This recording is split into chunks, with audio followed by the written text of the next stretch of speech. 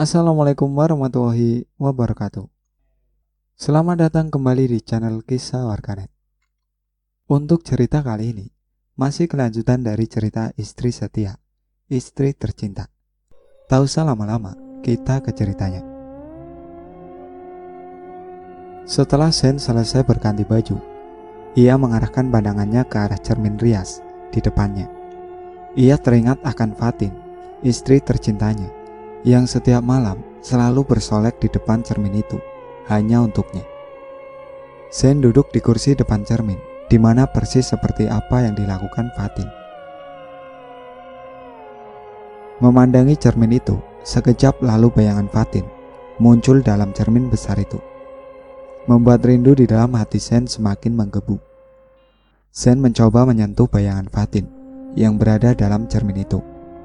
Namun, alangkah terkejutnya Sen, tiba-tiba cermin itu mengucurkan darah dengan sendirinya. Sen gelagapan, jatuh tersungkur. Peluh membasahi keningnya. Keringat dingin mulai bercucuran.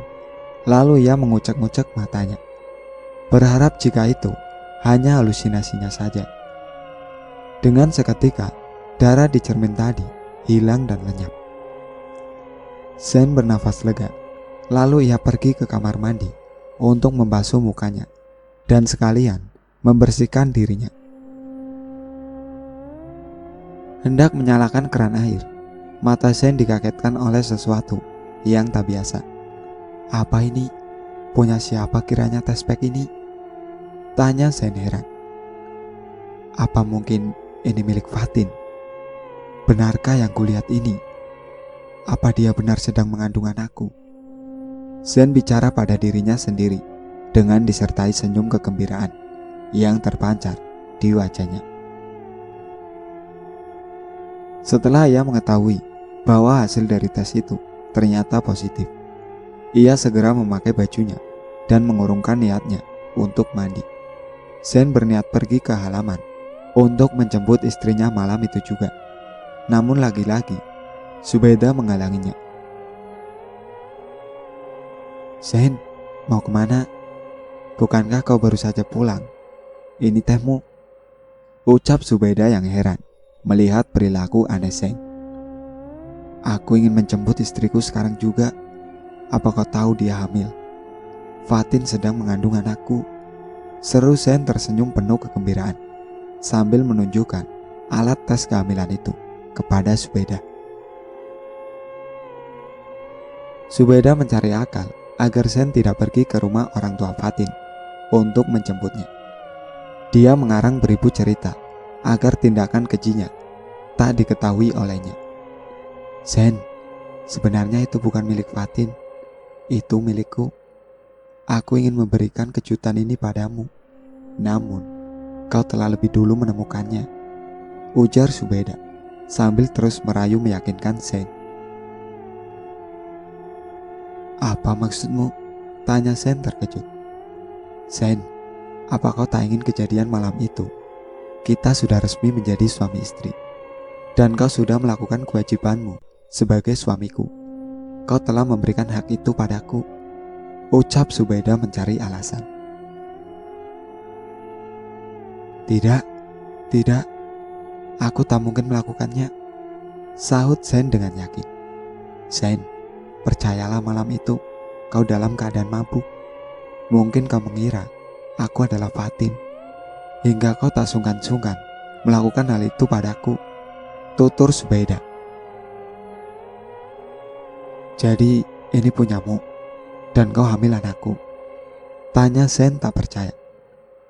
Benar Sen, aku hamil darah dagingmu, sahut Subeda.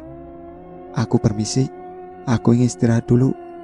Sen meninggalkan Subeda secara tiba-tiba. Hatinya masih tak percaya jikalau ia telah bersetubuh dengan Subeda dan mengkhianati Fatin. Sen, betapa bodohnya kamu. Benar itu adalah tespek Fatin, istrimu. Tapi tak akan kubiarkan kau mengetahui kejahatan yang telah kuperbuat padanya sekarang. Belum waktunya Sen, asal kau tahu, istri beserta anakmu telah kukirim ke neraka. cetus Subaidah. Sedangkan di kamar, Zen tak mengerti apa yang sebenarnya terjadi. Ia masih menyangkal bahwa ia pernah tidur dengan Subaidah, perempuan yang tak pernah dicintainya. Zen merasa sedih. Ia memukul-mukul sendiri pipinya karena ia merasa bersalah telah mengkhianati istrinya dan membagi dua cintanya. Maafkan aku sayang, aku tak sengaja melakukannya. Ya Tuhan, apa yang harus aku katakan pada Fatin saat dia pulang nanti? Ucap Zen sedih. Lalu Zen mengistirahatkan otak dan pikirannya sejenak dengan berbaring di ranjangnya. Matanya sesaat terpejam. Ia terlelap karena kantuk yang telah menyelimutinya dan capek yang melanda tubuhnya. Sesaat ia bermimpi. Ia menjumpai Fatin istrinya sedang berada di sebuah taman yang dihiasi bunga-bunga nan indah. Baju putih, bersih, dan suci yang dipakai Fatin menambah aura kecantikannya keluar saat diperhatikan dari belakang. Zen mendekatkan dirinya ke arah Fatin. Ia menggenggam erat tangan Fatin. Sayang, aku rindu, kata Zen sambil bersandar di pundak sang istri. Pada saat bersamaan, Fatin menolehkan wajahnya ke hadapan Zen. Lalu Zen terkejut melihat wajah Fatin yang lebam dan di tubuhnya penuh luka tusukan. Zen menitikkan air mata ketika tangan Fatin menyentuh pipinya. Sayang, apa yang terjadi padamu sebenarnya? Mengapa tanganmu juga dingin dan luka ini? Tanya Zen yang tak berhenti menangis melihat keadaan istrinya kala itu. Tolong aku bang, ucap Fatin. Nampak terlihat dari kelopak matanya, ia menangis darah. Zen kaget, lalu bangun dari mimpi buruknya itu. Keringat dingin mulai bercucuran. Ia masih mengingat dengan jelas kondisi istrinya dengan tubuh yang mengenaskan. Astagfirullah, Zen mengucapkan kalimat itu berulang kali. Apa yang terjadi padamu sebenarnya Fatin? Sehingga aku bermimpi buruk tentangmu. Seru Zen sambil menutup kedua mukanya dengan kedua telapak tangannya. Kini malam telah berganti pagi.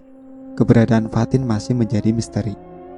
Hanya Subaidah dan Sang Maha Melihatlah yang mengetahuinya. Zen yang malam itu tak bisa tidur karena dibuat penasaran oleh mimpinya. Pagi itu segera menuju ke kediaman orang tua Fatin. Tak lupa ia berhenti sebentar di toko bunga untuk membelikan bunga kesukaan istrinya itu. Iya, Fatin sangat sekali menyukai mawar putih. Zen berharap jikalau memang benar Fatin sedang marah padanya dan tak ingin kembali pulang ke rumah, maka Zen harus berbesar hati membujuknya, yaitu salah satunya dengan membelikan bunga mawar putih kesukaannya.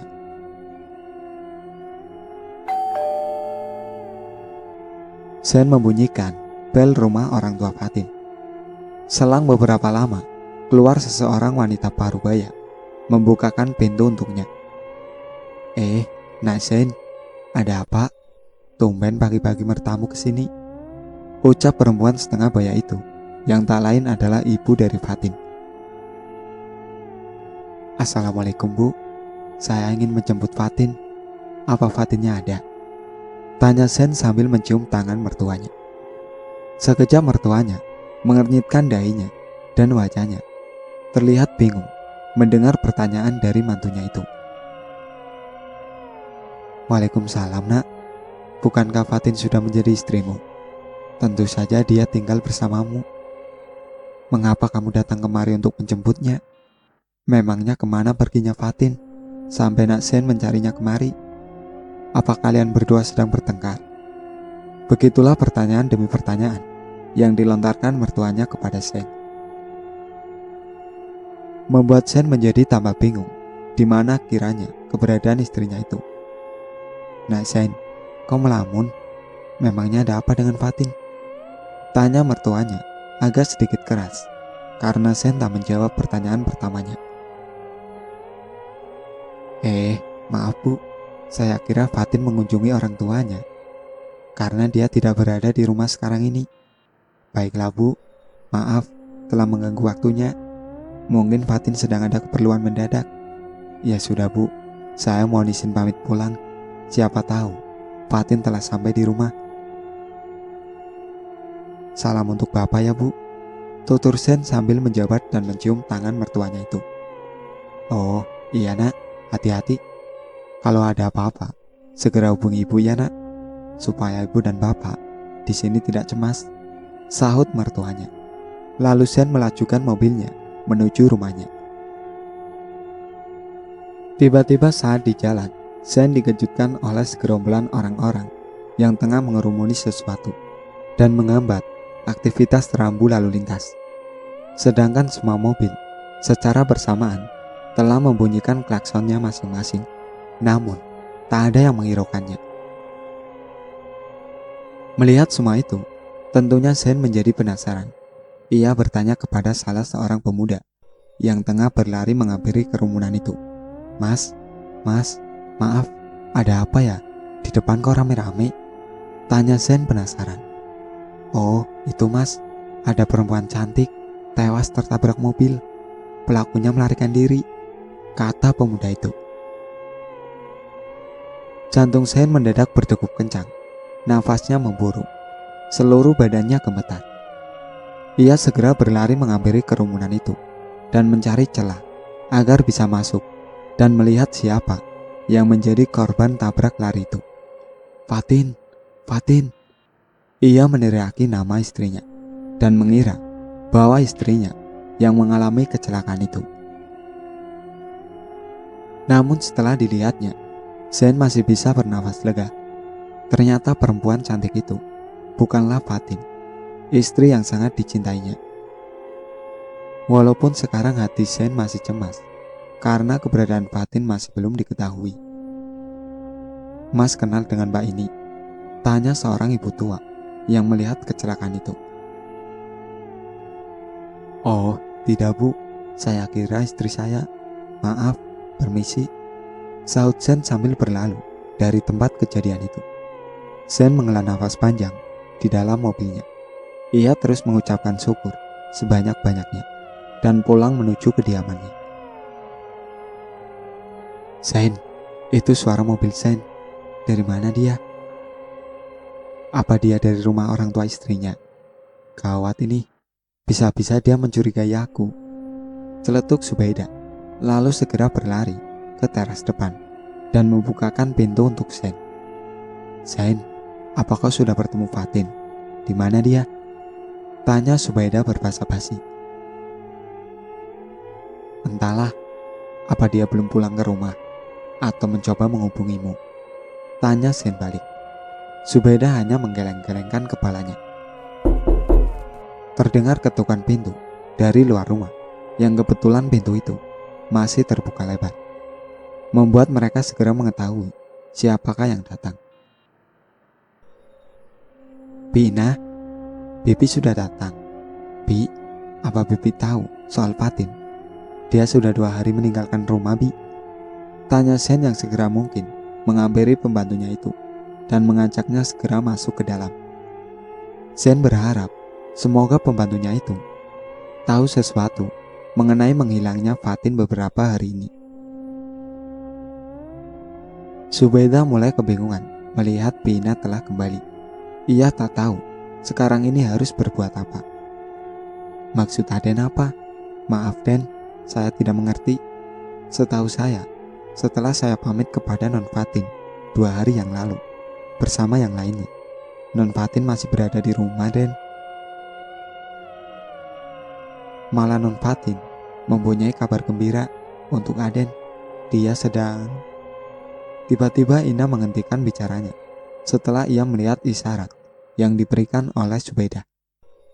Subaidah meletakkan 1 jari telunjuk di bibirnya, sedangkan tangan lainnya mencoba mengancam Ina.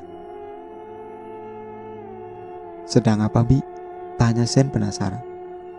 Non Fatin sedang menunggu kedatangan Aden malam itu, ucap Bina ketakutan ketika melihat Subaidah mengancamnya. Lalu kemana Fatin sekarang, Bi? Ya Tuhan. Sen mengeluh pasrah. Harus kemana lagi? Dia mencari istrinya itu. Maaf Den, saya tidak tahu. Saya permisi dulu, ucap Bina berlalu dengan menunduk melewati mereka berdua. Sen, tenanglah.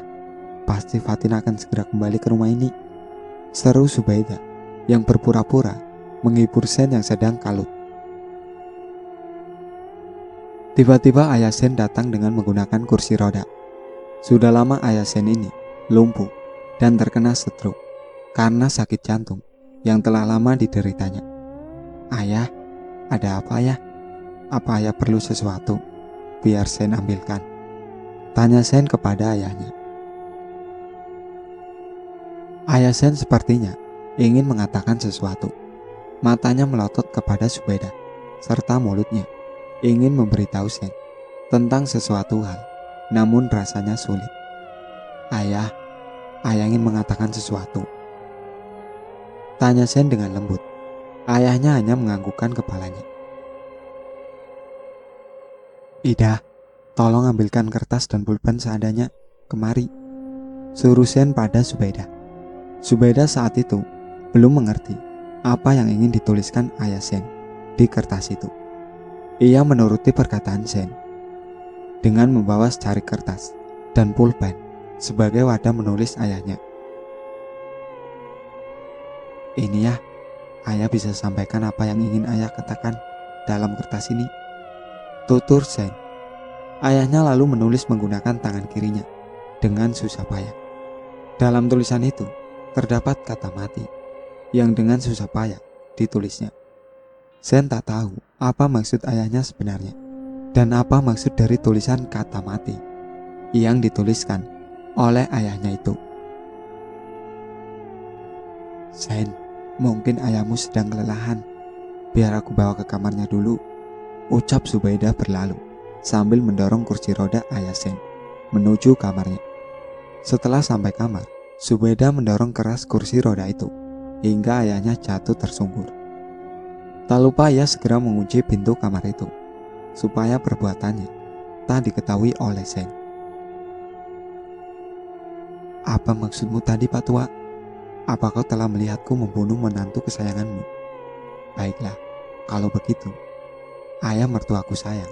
Jika ayah tak ingin anak ayah Sen celaka, maka tutup rapat-rapat mulut ayah, atau aku akan menutup sendiri mulut ayah menggunakan pisau ini. Apa ayah mau? Ancam Subaidah sambil meletakkan sebuah pisau kecil ke pipi mertuanya. Ayah Sen menjadi ketakutan.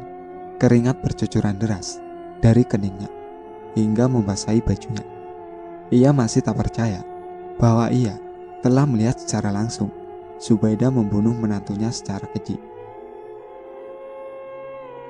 Bina masih terheran-heran dengan sikap Subaidah yang mengancamnya. Ya Allah, apa yang terjadi dengan Non Fatin sebenarnya? Tolong lindungilah Non Fatin, Gusti. Jangan biarkan prahara rumah tangga bahagia mereka hancur begitu saja, ucap Bina sambil membereskan dan menyapu ruang kamar untuk Sen. Bina menatap dalam sebuah cermin rias besar yang ada di depannya. Aneh, mengapa cermin ini terlihat miring? Dan apa ini? Mengapa ada gambaran semacam tangan di pinggiran ukiran ini? Bina mencoba memegang cap seperti tangan yang tertempel di pinggiran cermin. Astagfirullah, ini darah kering. Darah siapa yang menempel di cermin ini? Aneh, ucap Bina. Tiba-tiba angin berembus kencang, menyibakkan tirai dan jendela yang sudah tertutup bahkan terkunci. Lampu kamar menjadi berkedip. Bulu kuduk Bina seketika meremang berdiri. Nampak jelas dari sebuah cermin yang berada di hadapannya muncul seorang perempuan. Gambarannya tak begitu jelas. Kian lama gambaran itu menjadi besar dan tepat berhadapan dengan dirinya sekarang ini. Air mata darah mengalir dari sosok wanita tersebut. Non Fatin. Bina terkejut bercampur takut melihat wanita yang berdiri di depannya benar-benar mirip sekali seperti Fatin, istri dari majikannya. "Bi, maafkan aku. Aku hendak meminjam ragamu sebentar untuk menyelesaikan dan membongkar pelaku yang telah membunuhku," ucap sosok wanita yang mirip Fatin itu.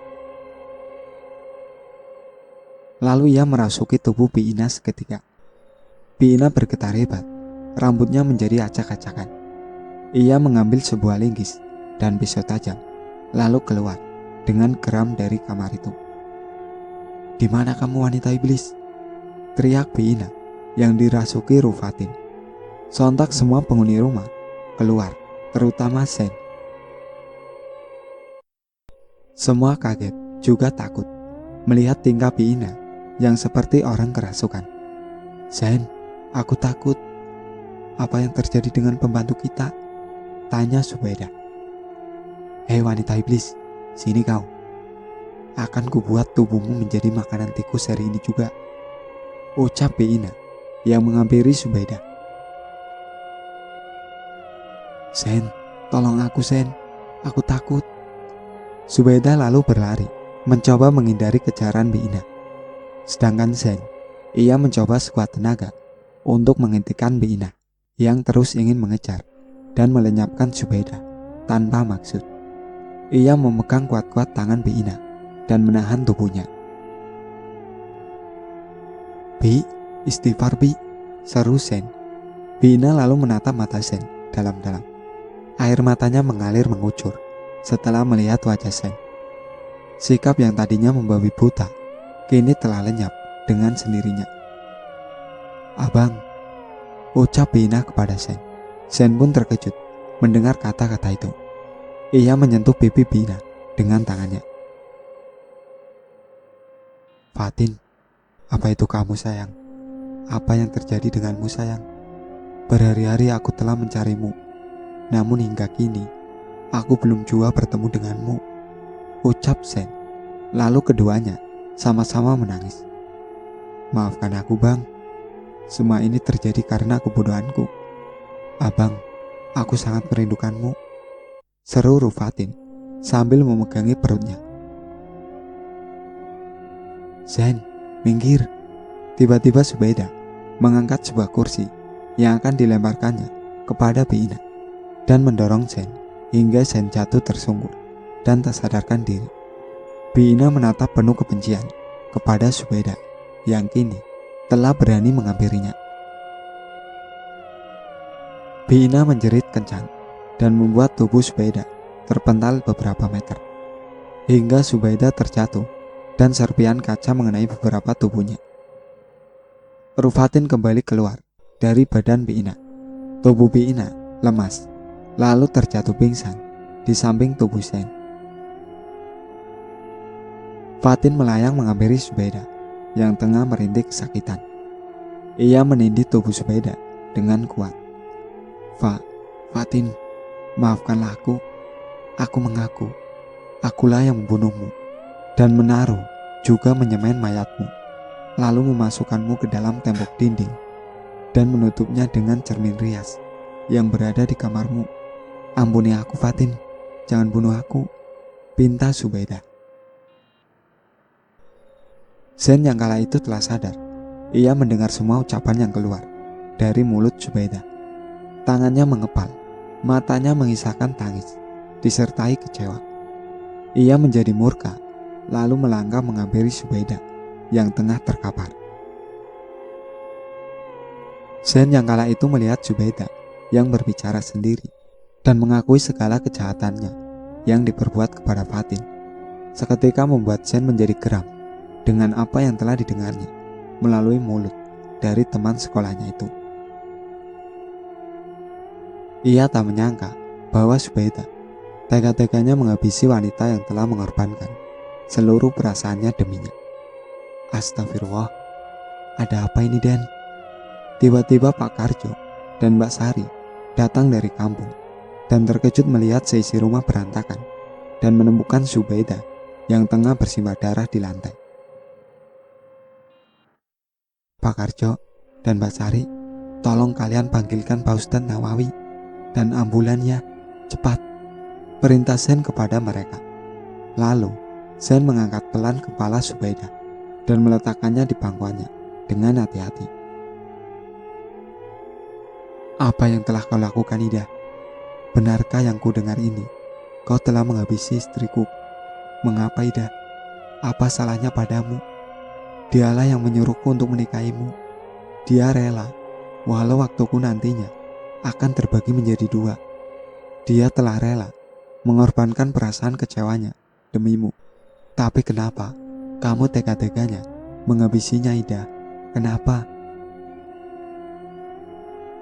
Sen kembali mengisahkan tangis dan luka yang teramat dalam.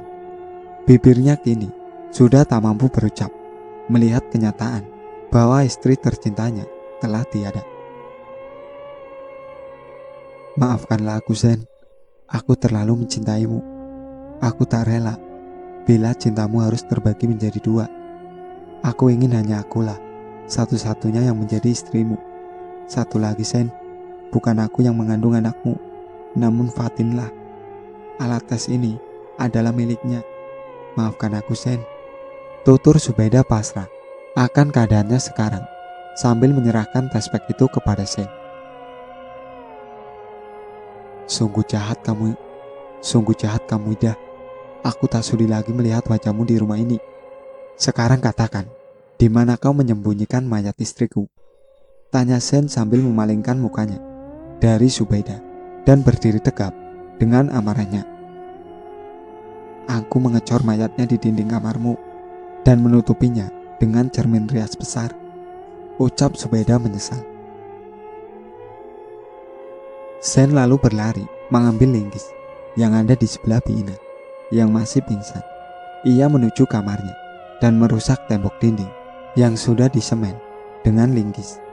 Sementara Subaidah yang kala itu tengah sendirian menjadikan kesempatan untuk Kru Fatin segera menuntaskan dendamnya. Fatin mengambil pisau yang sama, yaitu pisau yang Subaidah gunakan untuk membunuhnya. Ia melayang menghampiri Subaidah dan menindih tubuhnya. Pisau itu lalu diujamkannya tepat pada leher Subaidah. Jelek, rasakan. Ini karena kau telah beraninya merusak kepercayaanku. Rufatin tertawa menyeringai, sedangkan darah mulai mengucur deras membasahi lantai. Jelek, ini karena kau telah berani membunuh bayi tak berdosa yang belum lahir ke dunia. Pisau itu diujamkan lagi di leher sebelah kanan Subaidah, sehingga membuatnya berteriak merintih kesakitan, memohon ampun. Jelek, ini karena kau telah berani menyakiti ayah mertuaku. Jelek, dan yang ini karena kau sudah menghancurkan kebahagiaanku dan memisahkanku dari suamiku. Aku membencimu, wanita jahanam. Teriak Rufatin melengking sambil menusukkan pisau itu ke perut Subaidah, sembari tangannya seakan merobek perutnya dan membuat sebagian isi perutnya keluar. Astagfirullah, nak, sudah cukup. Dendammu sudah terbalaskan. Dia sudah tak bernyawa, nak. Maafkanlah kesalahannya. Pergilah dengan tenang. Jika dia wanita jahanam, lalu apa bedanya dia denganmu, nak? Pergilah ke alammu dengan tenang. Kami semua mengikhlaskanmu, ucap Pak Ustadz yang kala itu sudah berdiri dan datang bersama kedua orang tua Fatin. Fatin, ya Allah, nak, jangan membawa dendam hingga akhir hayatmu, nak. Maafkanlah kesalahannya. Bapak dan ibumu telah ikhlas, ucap Bapak Fatin sambil menangis meratapi kepergian putri kesayangannya. Ibu Fatin yang menangis histeris menjadi jatuh tak sadarkan diri karena tak kuat menerima kenyataan bahwa putrinya telah tiada secara tragis. Terima kasih Pak Ustadz, Bapak, Ibu. Fatin pamit. Maafkanlah segala kesalahan Fatin dan selalu doakan Fatin supaya Fatin tenang di alam sana, seru Rufatin. Bina yang telah sadar, Pak Karjo, dan juga Mbak Sari ikut menangis melihat kejadian itu. Seketika datang cahaya putih yang seakan-akan ingin membawa dan menjemput Rufatin pergi dari sini. Semuanya, aku pergi. Terima kasih telah membantuku menyelesaikan kasus ini, ucap Rufatin, kemudian berlalu menuju cahaya putih yang tengah menunggunya. Fatin, tunggu, jangan tinggalkan aku. Sen datang tergopoh-gopoh dengan membawa mayat Fatin yang sudah kaku menjadi batu. Aku akan ikut bersamamu sayang. Kita telah berjanji sehidup semati. Izinkan aku untuk pergi denganmu. Sen berlari menyusul Fatin, namun tangan ayah Fatin memegangi tubuhnya secara erat. Sudah nak, ikhlaskan istrimu. Hatinya sudah tenang. Biarkan dia pergi. Alamnya sudah berbeda dengan kita, tutur mertuanya itu. Fatin yang ketika itu berjalan meninggalkan mereka, tiba-tiba menolehkan wajahnya ke belakang. Ia tersenyum di hadapan semuanya. Benar bang, dunia kita sudah berbeda. Aku dan anak kita kelak akan menunggumu di pintu surga. Ikhlaskanlah aku juga sangat mencintaimu. Akan kubawa cinta ini selamanya dengan benih cinta yang telah tertanam di rahimku bersamaku untuk selamanya. Selamat tinggal abang, selamat tinggal semuanya. Fatin lalu tersenyum sambil melambai-lambaikan tangannya, kemudian hilang di telan cahaya putih. Fatin, tidak. Sen jatuh tersungkur, menangis histeris. Jiwanya merasa kehilangan seseorang yang sangat dicintainya. Aku berjanji akan mengubur jasadmu dengan layak sayang. Sen berkata sambil menggendong jenazah Fatin yang kaku itu keluar rumah. Tak berselang lama, mobil ambulan dan mobil aparat kepolisian telah sampai ke lokasi rumah Sen dan segera mengevakuasi dan membawa jenazah Subaidah untuk diotopsi ke rumah sakit. Kadang kebaikan hati bisa dengan seenaknya dimanfaatkan. Kebodohan diri telah menghancurkan kepercayaan yang tertanam. Kadangkala kita lupa kepada Zat yang telah memberi kehidupan, terlena akan kemewahan dunia dan tersesat di alam yang fana. Itulah akhir cerita dari Istri Setia, Istri Tercinta. Istri tercinta, sekian dari saya. Wassalamualaikum warahmatullahi wabarakatuh. Jangan lupa like, komen, dan subscribe channel ini.